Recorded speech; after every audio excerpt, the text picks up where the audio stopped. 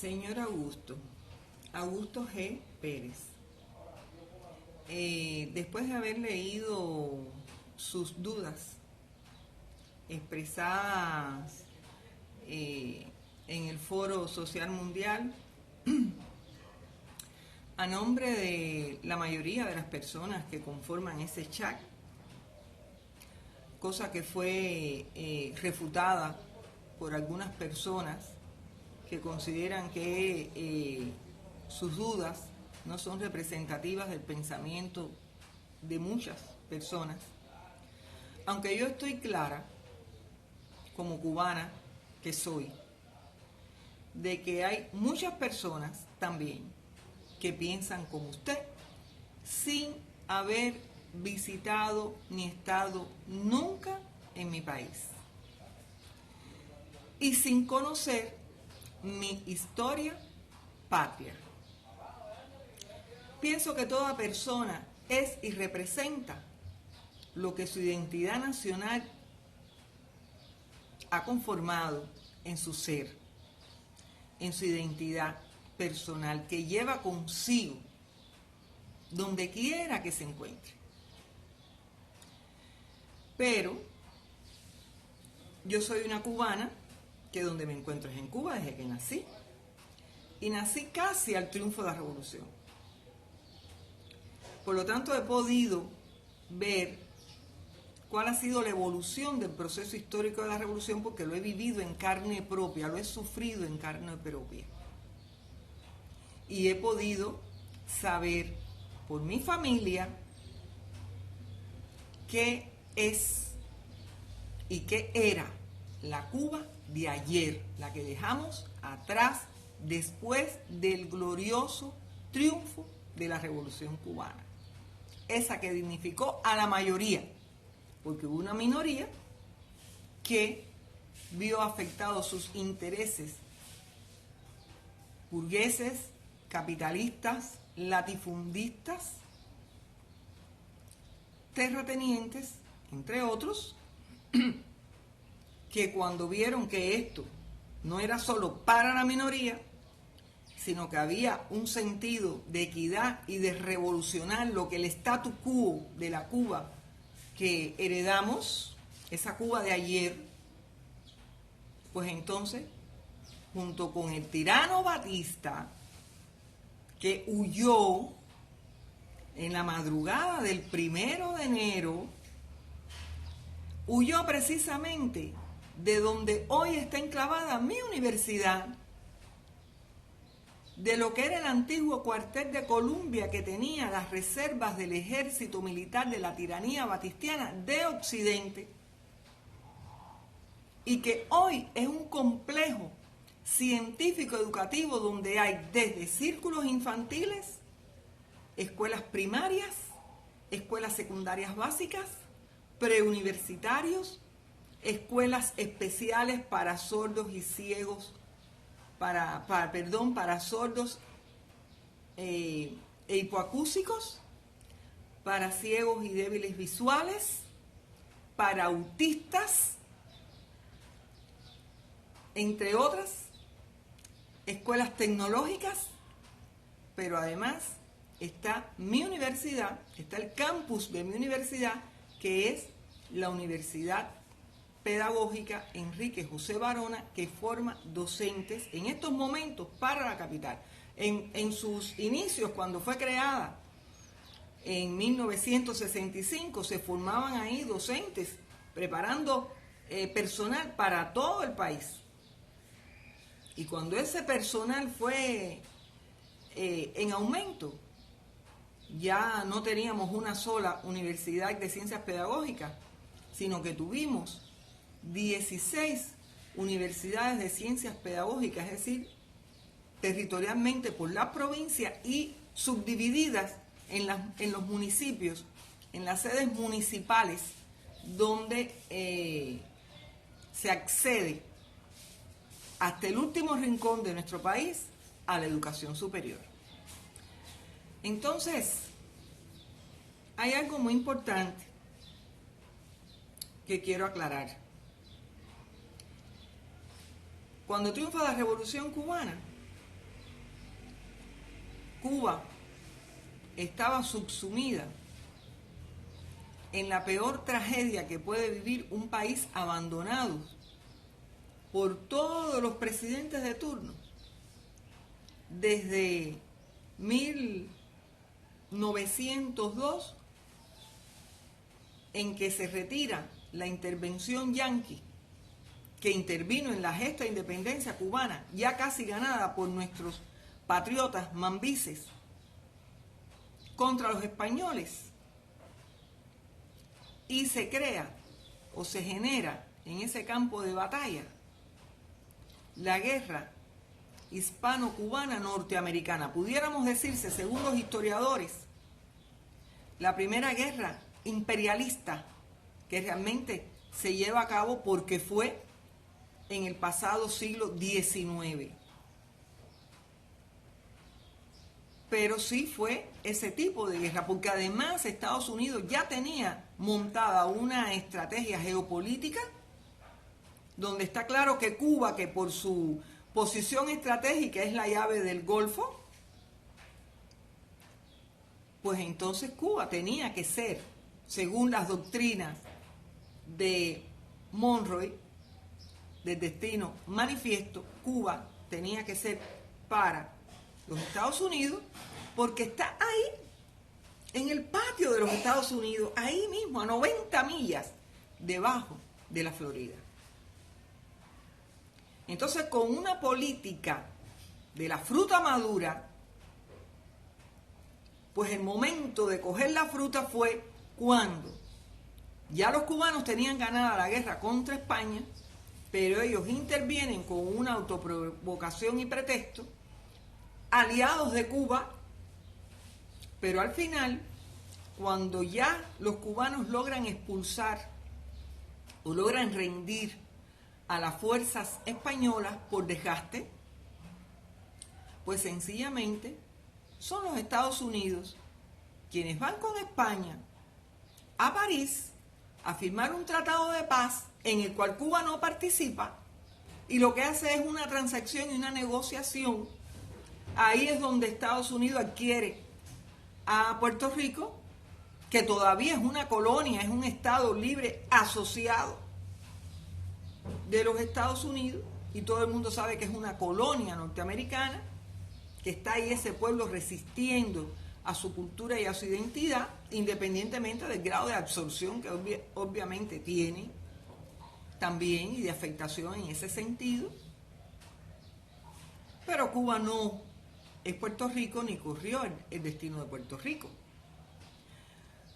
Cuba, para poder sacar a los yanquis de aquí, hizo una constitución y se aprobó con una enmienda que ellos chantajearon y dijeron: si no se aprueba esa enmienda, no nos vamos. Y los cubanos aprobaron esa constitución con la enmienda. ¿Qué decía la enmienda? Para no dar clases de historia de Cuba, en síntesis, los Estados Unidos podían intervenir y tener presencia en Cuba siempre y cuando ellos estimaran conveniente, o por cualquier afectación que vieran ellos de sus intereses. Además, nos dejaron enclavado un territorio con la base naval de Guantánamo. Hasta hoy, ahí ya ilegalmente, pero ellos están ahí, porque ellos son el poder imperialista, el hegemónico del mundo. No es Cuba, son ellos. Por lo tanto, cuando triunfa la revolución el 1 de enero del 59, ¿qué era Cuba? ¿Usted sabe lo que era Cuba? ¿Usted sabe quién soy yo? Esta privilegiada, infiltrada, para propagandizar los logros de Cuba. Yo no tengo que propagandizar los logros de Cuba. Los logros de Cuba están ojos vistas. Solo los que no quieren ver, no lo ven. Solo los que tienen el poder mediático y de las comunicaciones en este mundo divulgan lo que quieren, y lo que quieren tergiversar también lo divulgan a su manera, porque ya sabemos que la virtualidad hace realidades, hace tendencias, hace matriz de opinión, hace escenarios de guerra, hace muchas cosas, con lo cual ya sabemos para qué ha servido en el mundo y también contra Cuba. Cuando la Revolución Cubana triunfó, Cuba era un país abandonado a su propia suerte, porque el tirano Batista, que reprimió, que mató jóvenes, que desapareció gente, ¿verdad? Y que hizo todo lo que quiso hacer con este pueblo, desfalcarle su tesoro nacional, tener a la salud en abandono, tener más de 1 millón de analfabetos en una población que en aquellos momentos era de 5 y pico millones. Así que ¿cuántos analfabetos teníamos en nuestra población por cada habitante? Donde solo había 3 universidades, una en La Habana, una en el centro en Santa Clara y una en Oriente. Prácticamente no había educación superior. Donde la salud estaba totalmente, la insalubridad era lo que más bien predominaba. Donde los campos estaban, los campesinos botados, vivían porque sobrevivían. Porque los hacendados, los terratenientes, los latifundistas, las tierras ahí en ocio, el campesino era el que trabajaba la tierra, pero no era el propietario de la tierra, era el explotado de los latifundistas. Entonces estamos hablando de una realidad que habría que haberla vivido, o que por lo menos por respeto habría que haber leído, para entonces después poder hablar de determinadas dudas. La economía que hereda la Revolución Cubana es una economía deformada estructuralmente, monoproductora, más bien dependiente del azúcar, un azúcar que compraba los Estados Unidos a muy barato, a precio de basurero, y después nos las vendía muy caro en confituras y en otras cosas que se producían allá, porque allá se estaba la industrialización, aquí no. Aquí éramos malamente agricultores de caña, tabaco y café y ron. Pero lo exportable y el rendimiento de Cuba era por el azúcar, esencialmente. Entonces, eso fue lo que nosotros heredamos. Porque además, ¿quién soy yo? Una mujer negra, hijos de negros analfabetos, porque mis padres vivían en el campo y vivían en la miseria. Tuve hermanos que no conocí porque se murieron de enfermedades sin atención médica y enfermedades curables como la diarrea. ¿Puede entenderse eso? Esta es esta privilegiada que está aquí. Pero yo soy una verdadera privilegiada, porque después de todo, mi madre, que era trabajadora como doméstica, es decir, sirvienta, en casa de un médico, cuando aquellos los médicos eran raros, casi no existían o había muy pocos, y mi padre era un albañil, ambos trabajaban casi desde los 9 años, pues entonces eran analfabetos funcionales. Sabían poner su nombre, sabían leer, sabían escribir algo. Pero esa era la realidad que nosotros teníamos. La revolución nos dignificó, la revolución nos dio los derechos, la revolución nos dio el podernos desarrollar. No a mí, a mi pueblo, que somos muchos. Sin embargo, cuando los Estados Unidos le corta a esta revolución la compra del azúcar para que nos muriéramos, nos empezáramos a morir de hambre, y rompe relaciones con Cuba, y después nos impone un bloqueo a principio de la revolución, pero a principio de la revolución nos tira una invasión mercenaria en los momentos en que estábamos en la campaña de alfabetización, porque Cuba fue el primer país libre de analfabetismo de la América, porque cuando triunfa la revolución hicimos una campaña gigantesca donde todos fuimos convocados. Yo no tenía edad para eso, pero muchas personas que me rodearon, conocí, y de mi familia, que fueron alfabetizadores y se fueron de sus casas, de sus padres, de las ciudades, para los campos, para los montes. Y en plena campaña de alfabetización tuvimos que librar con un ejército acabado de tomar el poder prácticamente sin un desarrollo en armamentos y demás. Tuvimos que enfrentar una invasión, pero una invasión que costó vidas, pero que en 72 horas liquidamos, porque venían a liquidarnos a nosotros, porque pensaban que cuando viniera esa invasión todo el mundo se iba a unir para que nos salvaran. ¿Nos salvaran de qué? Si ya nos habíamos salvado de lo peor, que era la tiranía batistiana. Entonces yo pienso que lo que hay que conocer es de las historias, porque el bloqueo, hablar del bloqueo así como usted habla, es muy fácil. Hay que vivirlo.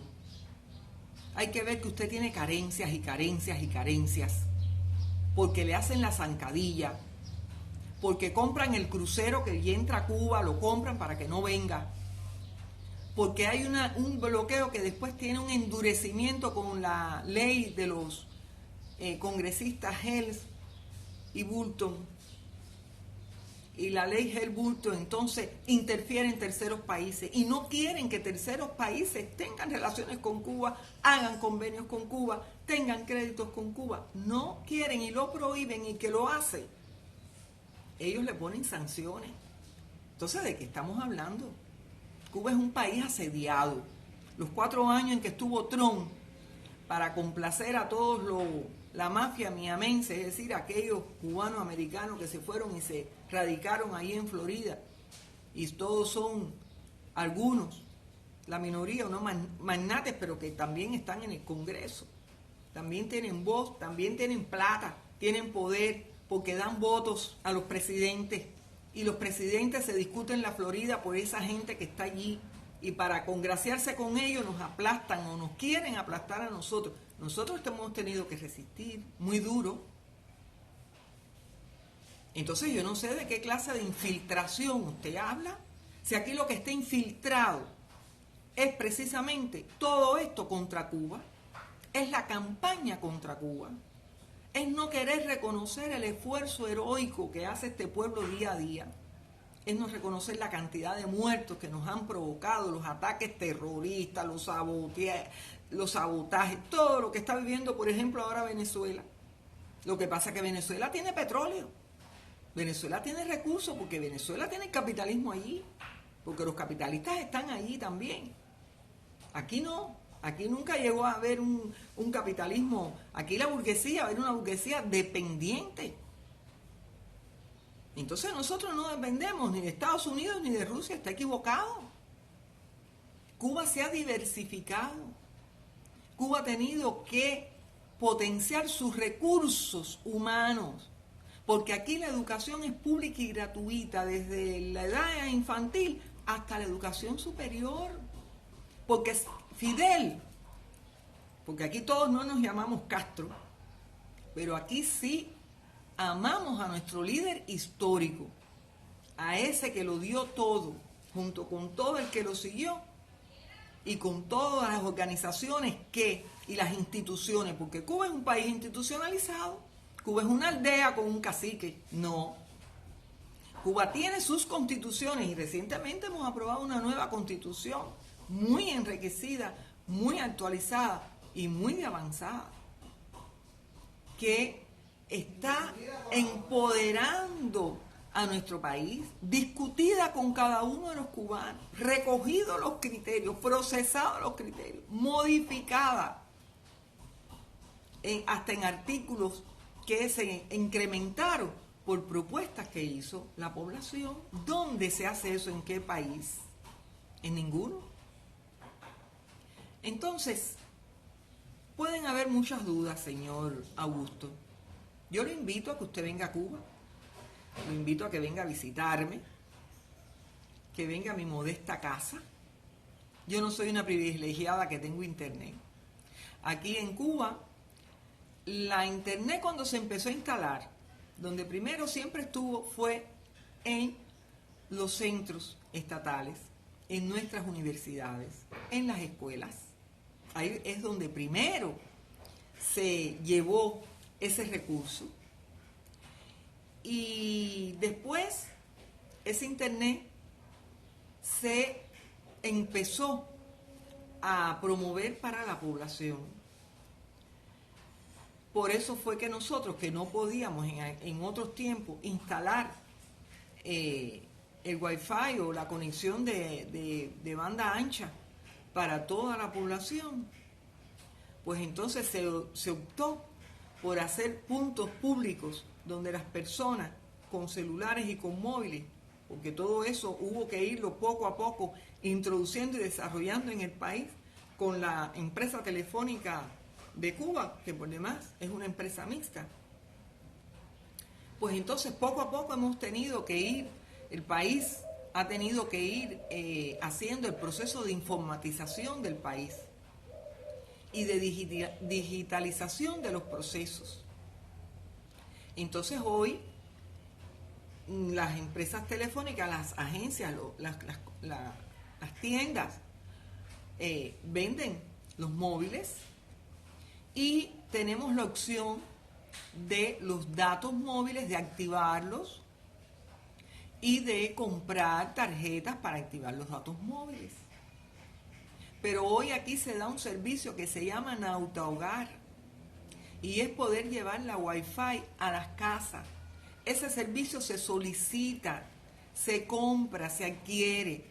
Espérese, los profesores universitarios como yo nos dan la facilidad de que la compañía nos dé el servicio del Nautahogar. La universidad nos da esa facilidad. Nos pone unas horas en el mes y las otras que consumimos la pagamos con nuestro salario. Pero eso es una inversión que hace el gobierno cubano para que los profesores universitarios puedan tener esta posibilidad. Y el pueblo, porque yo soy parte del pueblo, soy profesora universitaria. Pero recuérdese que yo procedo de una familia de analfabetos, de negros analfabetos, pobres, del campo, miserables, y que la revolución nos rescató. Por suerte yo estaba bien pequeña, así que enseguida me pude incorporar a las escuelas públicas y hacer todos mis grados y estudiar la carrera de magisterio y trabajar en diversos lugares, en la secundaria básica, en otros centros de escuelas de organismo, y después llegar a la universidad, donde hace ya 40 años o más que trabajo. De hacerme profesora titular, de hacerme doctora en ciencia filosófica, de hacerme doctora en ciencias, de haber estudiado en la Universidad de La Habana, en nuestra primera universidad, haber subido la escalinata, la colina. Imagínense esta negra pobre subiendo la escalinata con muchos obreros y trabajadores que fueron convocados, que fueron preparados para matricular, porque no teníamos base para hacer esa matrícula, pero nos prepararon para eso. Y ahí están las universidades llenas de trabajadores, de los cursos de trabajadores, haciéndose abogados, haciéndose economistas, haciéndose médicos, haciéndose ingenieros, agrónomos, en fin, todas las profesiones, trabajando y estudiando. Sí, trabajando y estudiando.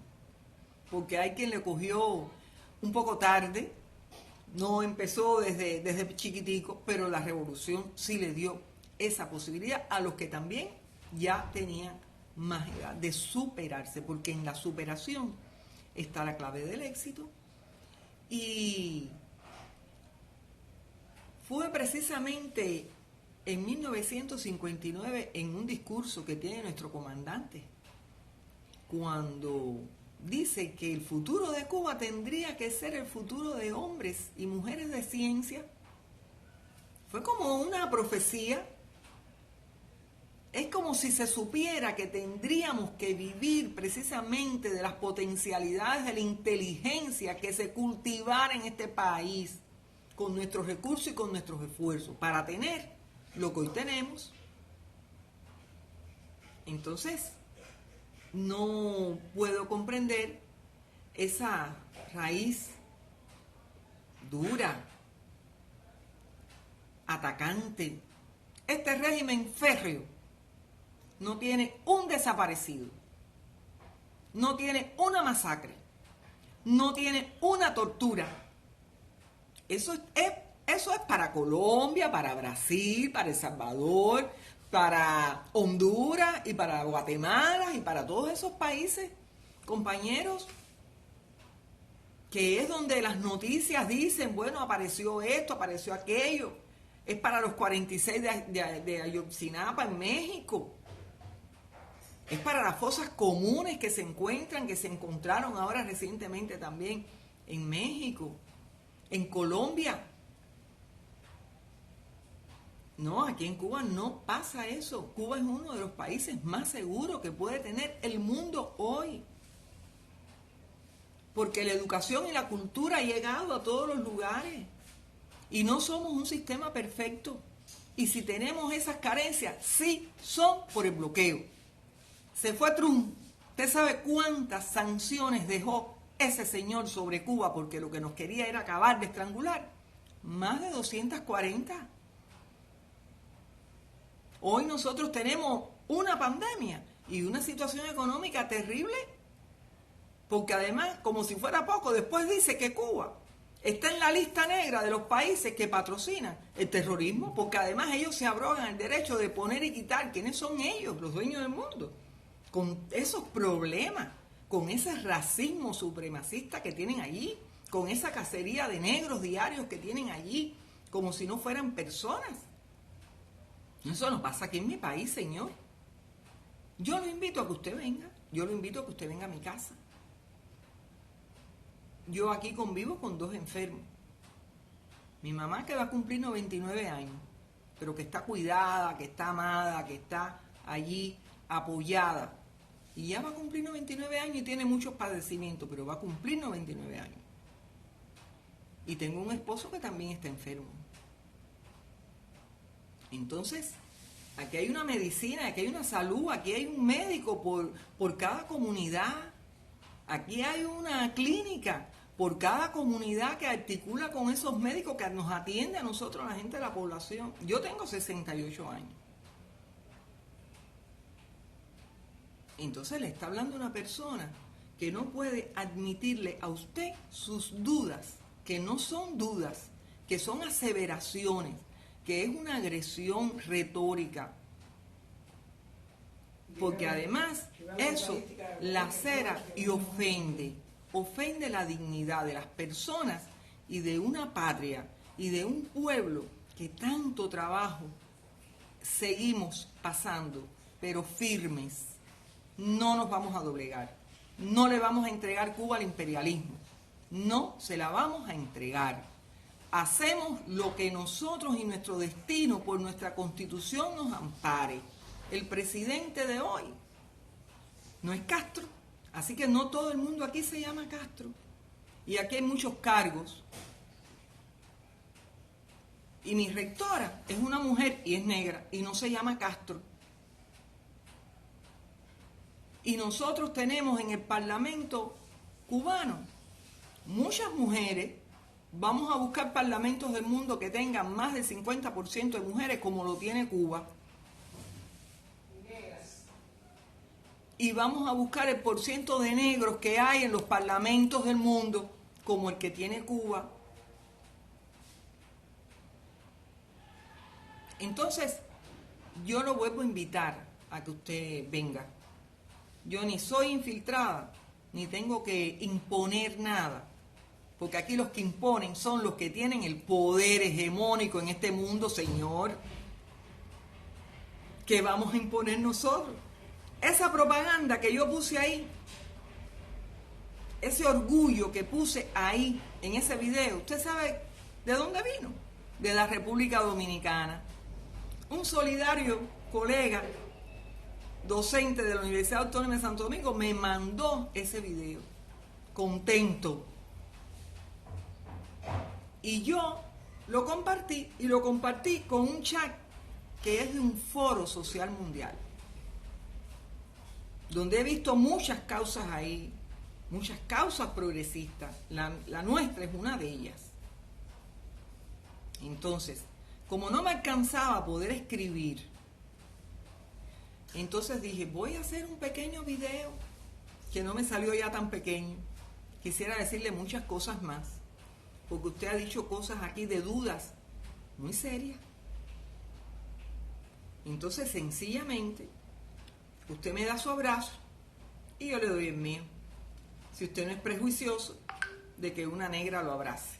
Claro, virtualmente, porque estamos en pandemia y no nos conocemos. Yo lo estuve buscando a ver de qué país usted era, pero no encontré de qué país usted es.